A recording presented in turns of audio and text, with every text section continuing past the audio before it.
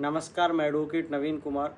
कल राजस्थान हाईकोर्ट ने जवाई बांध पानी वितरण को लेकर शांतिपूर्ण विरोध प्रदर्शन करने वाले किसानों के खिलाफ दर्ज एफआईआर को रद्द कर दिया। ये मामला 2022 का है।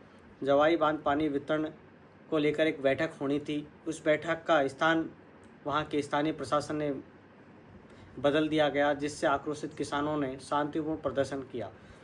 इस प्रदर्शन के खिलाफ वहाँ के स्थानीय प्रशासन ने किसानों के खिलाफ एफआईआर दर्ज कर दी, जिसमें 50 से अधिक किसानों को इस दायरे में लिया गया। जो एफआईआर दर्ज की गई थी वो आईपीसी के 117, 143 और 283, 353 और राष्ट्रीय राजमार्ग अधिनियम 8B के तहत उनके खिलाफ एफआईआर दर्ज की गई। जो 117 है वो आम जनता या 10 से अधिक जो व्यक्तियों को अपराध के लिए उकसाना का प्रावधान करती है। जो 143 है वो विधि विरुद्ध दंड का प्रावधान करती है, और जो 283 है वो सार्वजनिक मार्ग या आवागमन में बाधा डालने से संबंधित है। जो 353 है वो सरकारी कर्मचारी को उसके कर्तव्य के निर्वहन से रोकने के लिए या उस पर हमला या उसके आपराधिक बल प्रयोग से संबंधित है। और जो राष्ट्रीय राजमार्ग अधिनियम 8B है वो राष्ट्रीय राजमार्ग को नुकसान पहुंचाना या शरारत के लिए दंड का प्रावधान करती है। तो इन धाराओं के तहत किसानों के खिलाफ एफआईआर दर्ज की गई। और जब ये मामला राजस्थान हाईकोर्ट में पहुंचा तो राजस्थान हाईकोर्ट ने कहा कि जब किसी व्यक्ति के हित प्रभावित होते हैं तो वे अपने हितों के अधिकारों की रक्षा के लिए सड़कों पर उतरकर विरोध प्रदर्शन करते हैं। इसका मतलब यह नहीं है कि उनके खिलाफ आईपीसी और राष्ट्रीय राजमार्ग अधिनियम के तहत एफआईआर दर्ज की जाए या उन्होंने कोई इनके तहत कोई अपराध किया हो। न्यायमूर्ति फरजंद अली साहब ने कहा कि यदि कोई समूह सार्वजनिक स्थान पर खड़ा होता है तो कुछ हद तक बाधा उत्पन्न होती है, सामान्य रूप से होती है।